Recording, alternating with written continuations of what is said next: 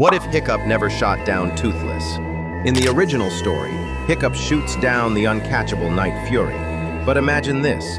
What if he missed or hesitated?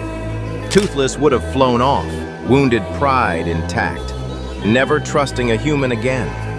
He'd stay hidden, wild and feared, a living myth among dragons. Hiccup, meanwhile, stays the village outcast, misunderstood, powerless. Without that friendship, Hiccup never discovers the truth about dragons. There's no dragon training, no peace. Becky keeps fighting blindly, losing warriors, and teaching fear to its children. And when the Red Death finally rises, there's no plan to stop it. No alliance, no rider on a Night Fury.